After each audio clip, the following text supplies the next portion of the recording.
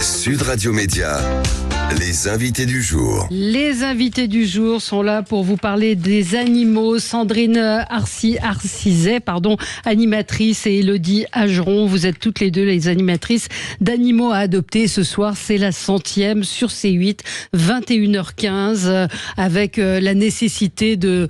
Je sais pas si ça se fait... J'ai l'impression qu'il faut le faire, mais qu'on n'arrivera jamais à convaincre les ordures, qui abandonnent leurs animaux. Ce 100e numéro réconcilie quand même avec la nature humaine, parce qu'on voit des bénévoles formidables. Racontez-nous un petit peu ce que vous avez voulu montrer dans cette 100e.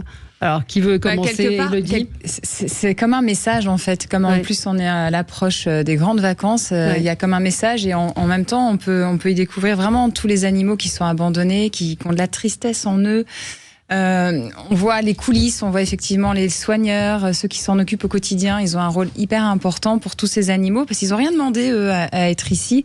Et il y a un message, en fait, qui montre, pour ceux qui ne vont pas forcément dans les refuges, là, on les voit, et visuellement, on les voit. Donc, c'est pas la même chose que quand on entend et que quand on les voit. Et on voit leurs yeux, leur tristesse. Avec Sansan, je l'appelle Sansan. Avec Sansan, quand on va là-bas... Sansan, c'est pas votre chien, c'est Sandrine. C'est Sandrine, mais bon. On voit leur regard, et on est très touchés. Non, c'est vrai que ce soir, on va vraiment voir le travail des salariés et des bénévoles de la SPA. Là, on était dans le refuge de Saint-Omer, mais l'émission, on part un petit peu dans tous les refuges de la SPA en France. Et on voit tous ces animaux qui ont été abandonnés, qui n'ont rien demandé, eux. Eux, ils voulaient juste vivre une belle vie, et ils ont été abandonnés. On voit donc le travail des salariés bénévoles pour essayer de faire en sorte que ces animaux soient bien, soient quand même heureux, même s'ils sont quand même enfermés dans une cage. Alors, ils font pas mal de choses, ils font des promenades, de l'éducation, du toilettage, il y a le veto qui est là, etc. Et puis, il faut en sorte qu'il y ait des gens qui viennent pour adopter les animaux. Alors, avec toujours la petite affiche pour dire, voilà ce qui s'est passé ou pas. Il est bien avec les chats, pas bien avec les enfants, etc. Ça, c'est hyper important, parce qu'après, il va être dans la maison. Ça. Et puis après, bien évidemment, on voit des gens qui adoptent. Moi, franchement, j'étais hyper touchée par un couple qui vient adopter un chat. Les larmes sont coulées, vraiment coulées, parce que c'est hyper émouvant. La femme, elle était tellement contente de faire une belle action et de trouver son chat. De trouver son chat, parce qu'il y a vraiment un échange. Ah oui, il y a vraiment tout de suite, d'ailleurs. Tout de suite, ils se reconnaissent. C'est ce que dit aussi le couple avec l'enfant, qui dit il est venu vers lui tout de suite, c'était lui. C'est quand même incroyable. Et c'est vrai, comme le dit Élodie, il nous regarde avec des yeux. Quand on dit que les animaux sont pas doués de sensibilité, je comprends pas qu'on puisse dire ce genre de choses, parce que quand ils nous regardent comme ça, on sent tout ce qu'ils ont en eux, en fait. Il y a un vrai décalage, évidemment, entre le moment où vous tournez et la diffusion sur l'antenne de C8. Mais est-ce qu'il y a des gens qui, lorsqu'ils voient des animaux dans votre émission, ont envie de les adopter ? Et alors, qu'est-ce qu'ils font ? Ils écrivent, ils téléphonent, on peut faire quoi ? Alors, ils écrivent. Moi, souvent, j'ai des messages sur les réseaux sociaux en me disant « j'ai vu le petit chien, je veux absolument l'adopter, c'était quel refuge, etc. » Bon, alors, c'est vrai que c'est compliqué. C'est pas évident.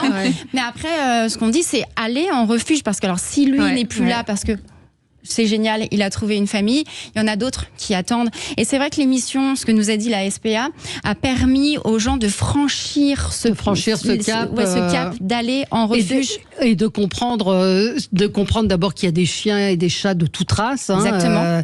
Que c'est terrible, mais les abandons se font aussi sur des animaux de race, pour ceux qui disent mais moi je veux prendre un chien d'un élevage. Et puis de comprendre ce que c'est que l'engagement d'adopter un animal. Et on salue aussi Jacques-Charles Fonbonne, le patron de la SPA, qui est un formidable directeur et défenseur des animaux, très actif. Et tous ces... Moi, j'ai été touchée par tous les bénévoles, par tous les employés de ces refuges. Mais on voit même les bénévoles ou employés qui s'attachent à ces animaux. Absolument. Moi, j'ai été touchée dans ce prime, c'est par la jeune fille avec le chien. Elle pleure avec lui. Lui, il doit partir parce qu'il doit changer de refuge, parce que souvent, ils changent de refuge. S'ils ne sont pas adoptés à Saint-Omer, ils vont aller à Pornic, ils vont aller ailleurs. Et là, on voit cette tristesse, cet attachement qu'elle a avec ce chien. Moi, j'ai pleuré dans cette séquence. La finalité, s'ils ne sont pas adoptés, ils vont mourir. Ils changent de refuge. Ils changent de refuge. C'est fini maintenant ça n'a jamais existé, ça, je crois, quand même. Franchement, ils essaient de tout faire pour les faire adopter. Donc ils font beaucoup de choses d'ailleurs sur les réseaux sociaux. Ils les mettent vraiment en valeur. Et puis quand il y a un animal qui reste trop longtemps dans un refuge, ils le changent parce que peut-être que dans un autre refuge, dans une autre région, il aura une chance de trouver des personnes. Donc ils font quand même un turnover. Mais à contrario, vous comprenez que ça peut faire peur d'adopter un chien qui a été abandonné, dont on ne sait pas le passé, dont on... Oui, bien sûr. Mais il y a des éducateurs quand même à la SPA, il y a des comportementalistes, ils font des tests. Ils font des tests avec ces animaux pour essayer de mieux les comprendre. Si, je sais pas, parce qu'on en a vu qui ont été... Là, on parle de laboratoire, mais il y a des chiens qui sont enfermés dans des cages ou qui sont enfermés dans des caves, ils voient pas le jour, on en a rencontré, c'est l'histoire de Bug d'ailleurs dans ce Prime. Et c'est aussi triste que les animaux de laboratoire. C'est-à-dire qu'ils ont pris un animal pour le laisser que dans la cave. Non, c'est-à-dire qu'il y a des éleveurs. Alors, quand on achète un animal, parce qu'on veut absolument, on a un animal, une race particulière, on a un critère de beauté particulier, les gens se tournent vers des éleveurs. Mais alors, il faut bien choisir l'éleveur. C'est hyper important de se déplacer, d'aller voir comment c'est chez l'éleveur. Est-ce que c'est propre? Est-ce qu'il y a beaucoup d'animaux? Faut faire hyper attention parce que c'est un trafic, les animaux, on le sait. Et donc, il y a des éleveurs qui vont reproduire des animaux, mais ils vont les reproduire dans des caves, ils vont les reproduire dans des appartements où ils ne voient jamais le jour, eux aussi. On a vu un chien, il y avait une bénévole qui essayait de promener ce chien, mais comme il n'avait jamais vu l'herbe, il n'avait jamais vu des gens, en fait. Et elle avait les tétines qui pendaient tellement elle avait été reproduite. Franchement, c'est hyper dur à voir. Et ne pas acheter à l'étranger. Moi, j'ai une amie dont la fille a acheté un chien, un Pomsky, qui est un nouveau aussi des chiens à la mode, qui sont des croisements. Le chien, à 6 mois, il a eu un problème à la hanche. Enfin, c'est des animaux qui sont souvent consanguins. Et donc, savoir d'où vient votre animal et ne l'achetez pas moins cher. Allez dans les refuges, effectivement. Les refuges, il y en a tellement qu'attendre. On peut rappeler le numéro, Valérie, qui a été mis en place en début de semaine 3677, mais ça c'est pour la maltraitance. Oui, mais on parlait de la cave, etc. Ça change quoi, ce numéro ? C'est un numéro, c'est vrai qu'il n'y avait aucun numéro, on ne sait pas qui appeler quand on voit un cas de maltraitance. Donc là, maintenant, il y a un numéro d'urgence où on va pouvoir avoir des gens en ligne pour dire, moi j'ai vu, je sais pas, à côté de chez moi, il se passe ça. Quelqu'un a frappé un chien. Qu'est-ce qu'on fait? Est-ce que vous pouvez venir? Enfermer toute la journée. Vers qui on se tourne? Voilà. Alors, un auditeur me dit, pour la première fois, j'ai adopté un chien adulte de 3 ans venu de La Réunion. J'ai craqué uniquement par photo. L'association RPA a étudié mon dossier. Les chiens arrivent en France par avion. Il fait notre bonheur. Cette association est formidable. C'est vrai qu'on voit beaucoup ces chiens. On l'a fait dans notre émission. Oui. Ces chiens de La Réunion.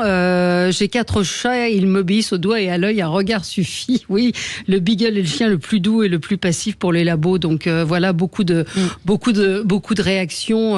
Évidemment à ce qu'on est en train de dire, parce que et il y a une auditrice qui me dit il y a beaucoup de petites associations qui galèrent. On parle pas d'eux, mais il n'y a pas de subvention. Moi, j'en soutiens une parce que j'aime les chihuahuas, donc les chihuahuas en détresse qui font un travail formidable et qui recueillent beaucoup aussi de chiens réformés d'élevage. Mais c'est vrai qu'il n'y a pas. Est-ce qu'il y a suffisamment de choses aujourd'hui faites pour les animaux?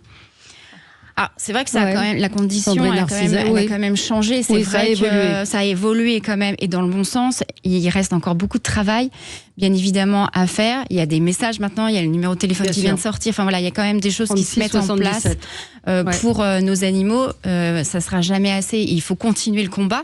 Ça, c'est vraiment hyper important. Faire passer des messages comme nous, on va le faire ce soir, sur l'adoption responsable. On met l'accent là-dessus. C'est hyper important. On n'achète pas un jouet. On adopte pas un jouet, on n'adopte pas une peluche. Et à l'approche des vacances, on s'y prend en avance. Bien sûr. On doit réfléchir comment je vais faire garder mon animal. Il y a plein de solutions maintenant. Mais j'ai pas d'argent pour le faire. Oui, alors maintenant, il existe des sites internet. Il existe des sites internet que vous vous inscrivez, et c'est entre particuliers. Vous allez trouver des gens vers chez vous qui vont venir soit à la maison, soit ils vont prendre l'animal chez eux. C'est gratuit. Donc maintenant, il y a des solutions. Il y a des pensions qui sont très très bien maintenant aussi. Pension 5 étoiles. Alors là, bien évidemment, ça coûte plus cher. Mais ça s'est vraiment développé. Ça s'est développé. développé. Toutes ces pensions. Même sur place, on part avec son animal. Il y a des endroits qui accueillent de plus en plus. Voilà, c'est ça. On peut en parler après la pub, mais de savoir est-ce que les chiens, les chats sont autorisés sur les plages. De plus en plus, il faut se renseigner. De plus en plus, même les hôtels, les restaurants, ils acceptent de plus en plus les Pet animaux. friendly. Ouais. Pet friendly, voilà. Ah, vous croyez que je peux venir avec un serpent ou sur la plage? Ça peut-être un peu plus compliqué. mais il faut dire effectivement qu'il y a sur les sites, sur Facebook, beaucoup de groupes locaux où vous dites, j'ai vu d'ailleurs une annonce hier, je cherche à faire regarder mon chat, qui peut le faire. Là, il y a 15 réponses. Sur les réseaux sociaux pour aussi. pas très cher. Alors bien évidemment, il faut se renseigner de il faut qui est la connaître les personne gens, absolument. mais c'est vrai que maintenant, il y a beaucoup de solutions. Donc, il n'y a pas d'excuses. En tous les cas, pour celle-ci, non. On revient dans un instant avec vous pour parler donc des animaux de la 8. Ça a commencé en 2005, imaginez-vous. Vous étiez à la gym direct. Oui, j'y suis toujours. Vous êtes toujours à la gym direct. Allez, on se retrouve dans un instant avec vous. À tout de suite. Le 10h midi, Sud Radio Média. Valérie Expert, Gilles Gansman. Soumise à condition jusqu'au 15 juillet, réservé aux nouvelles souscriptions. Engagement 24 mois, 5G sous réserve de couverture.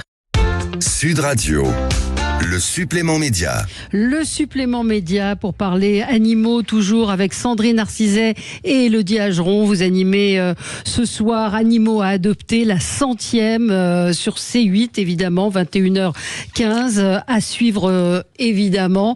Et pour comprendre un petit peu comment se passent les adoptions, on voit des histoires assez formidables. Et on rend hommage encore une fois à tous ces gens qui travaillent à la SPA, qu'ils soient bénévoles ou salariés, à son patron, au patron de la SPA. Je veux vraiment le citer, Jacques-Charles Fonbonne, qui fait un boulot formidable. Et puis les animaux de la 8, c'est ce qu'on disait, ça a commencé en 2005, c'était une des premières émissions de C8. Hein. Oui. Et vous faisiez la gym et vous continuez à faire la gym. Je continue. Gym direct. C'est hyper important de faire du sport. Donc on continue. En plus, on peut se connecter. Le voir en replay, ce que vous disiez que c'était un carton absolu en replay. Voilà, exactement. On peut se connecter n'importe quand pour faire son sport. On prend 26 minutes dans sa journée et puis c'est parti. En plus, il y a plein de profs différents, donc plein de cours différents. C'est la plus grande salle de sport en France, gratuite, avec du pilates, de la danse, du renforcement musculaire et autres. Oui, mais au départ, ça a fait rire quand même, les premières images. Alors c'est vrai qu'on avait eu, il y a des années, Véronique et Davina, qui sont évidemment incontournables. Ouais, oui.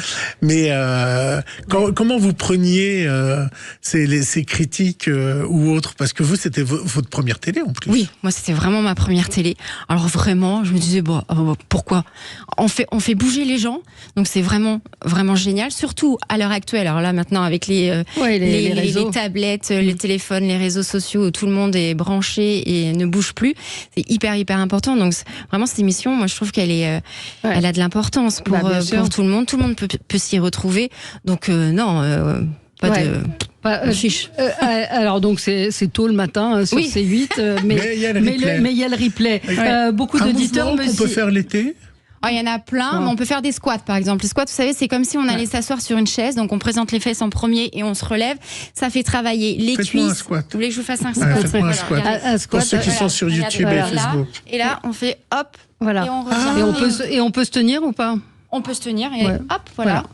Ça c'est très bon, ça fait travailler tout le corps. Ça fait travailler les cuisses, les fessiers, donc on a vraiment un exercice. Vous parce qu'on vous entend plus. Pardon.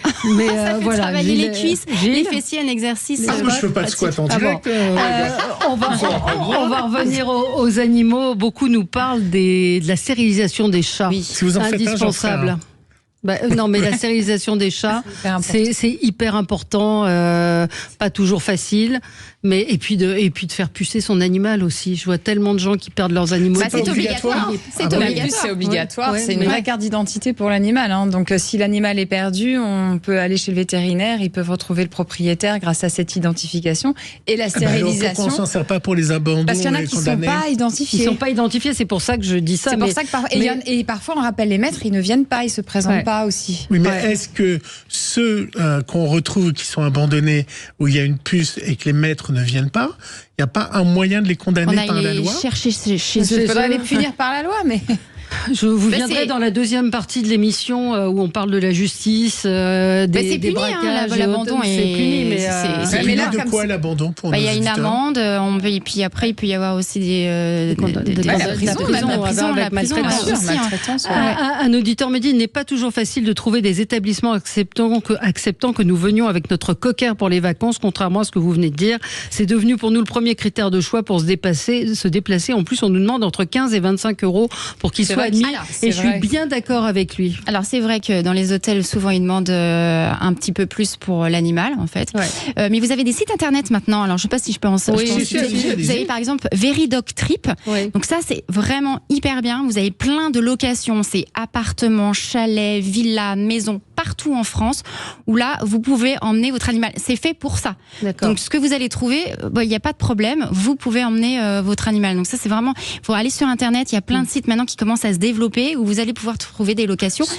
Oui. Allez-y, et puis des hôtels. Alors c'est vrai qu'il faut un hôtel pet friendly, mais et il faut payer un petit peu plus. Mais c'est vraiment, je ne vois pas l'intérêt. Enfin, encore une fois, moi qui fais des chihuahuas, quel est l'intérêt quelle est la justification de faire payer 15 ou 25 euros pour un chien? C'est pour le ménage, parce qu'ils disent que les poils, ils passent plus de temps pour le ménage, etc. Bon, c'est une personne en plus dans la chambre. Ouais, c'est une personne en plus dans la chambre. Le petit panier. Et dans les avions aussi, il faudrait qu'il y ait des efforts qui soient faits. Vraiment. Vraiment, merci de le dire. Oui, bah oui. Oui, parce que faut que vous empêchiez Valérie dans l'émission. C'est ça. Je vais venir avec vous.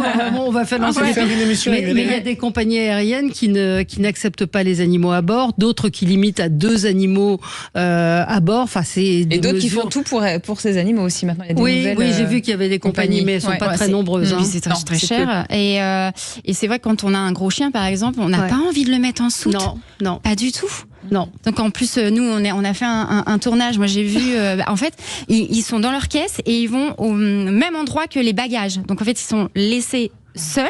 Il faudrait, je pense, qu'il y ait quelqu'un dédié finalement à ces animaux, qui soit encadré, parce que les pauvres, ils se retrouvent tout seuls au milieu des bagages dans un hangar où il fait froid, où il fait chaud. Enfin, c'est vrai qu'on n'a pas envie de mettre notre animal en soute. C'est pas ça, on est obligé de l'emmener. Donc ça veut dire que sur un long voyage de 8-9 heures, ils ne seront pas nourris? Ah non. Mais vaut mieux pas, je pense, parce qu'après, ils peuvent être malades. Vaut mieux pas les nourrir de toute façon dans les transports. Mettre des calmants pour calmer peut-être les animaux. Il y a des trucs qui les apaisent, donc peut-être un peu les calmer. Déjà, parce que c'est vrai qu'ils sont tout seuls. Alors on ne sait pas, on n'a pas été, mais peut-être dans le noir.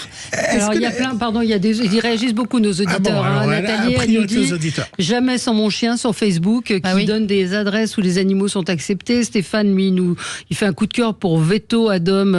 C'est plutôt en région parisienne où des vétérinaires se déplacent en cas d'urgence. Ça coûte assez cher. On l'a fait, on a fait un tournage avec eux. Mais c'est vrai que il y a beaucoup de choses aujourd'hui quand on veut s'occuper de plus en plus de choses qui sont mises en place. Est-ce que les animaux sont autorisés sur les plages et dans les forêts? Ça dépend. Et dans les bois.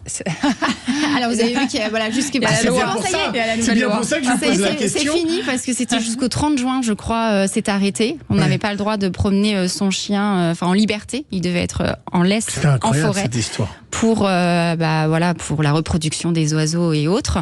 Pour protéger la faune. Ouais, exactement. Et puis après sur les plages, alors il n'y en a pas beaucoup. Il faut chercher un peu. Il y a des plages qui maintenant acceptent les animaux, notamment à La Ciotat. Là, récemment, ils ont fait toute une plage exprès pour les animaux. Mais c'est vrai, l'auditeur a vraiment raison, ou l'auditrice. Quand on a un animal, on a envie d'être avec son animal. Donc on a envie de l'emmener. Il fait partie intégrante de la famille. Hein.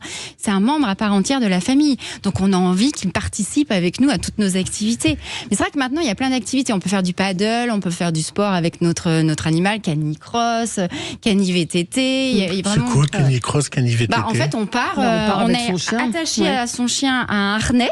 Avec une longe, et donc là le chien court et nous on court derrière, et donc on est en sécurité avec lui, puis il y va, donc il nous permet d'aller. C'est avec un vélo. Et ben voilà, exactement. Alors Stéphane me dit non, moi j'habite dans les Alpes suisses et ça ne m'a pas coûté cher de faire venir le vétérinaire à domicile. Tant mieux. Moi je voulais poser un coup de gueule sur toutes ces vidéos qu'on voit aussi sur TikTok. Alors ça nous fait rire, on regarde, etc. Mais il y a quand même beaucoup de maltraitance où on oblige le chien parce qu'on sait que on va faire de l'argent avec ces vidéos, à parfois porter une fourrure.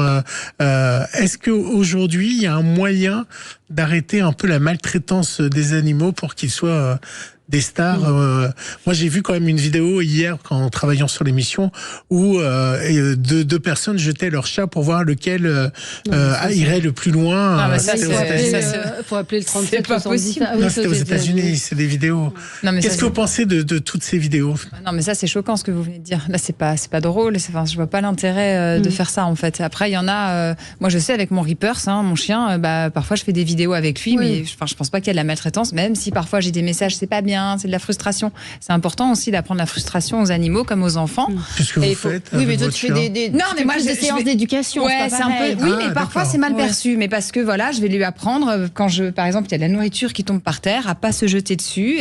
Non, t'y vas pas, t'attends. Il attend. Alors il est comme ça, il a les yeux qui sortent de.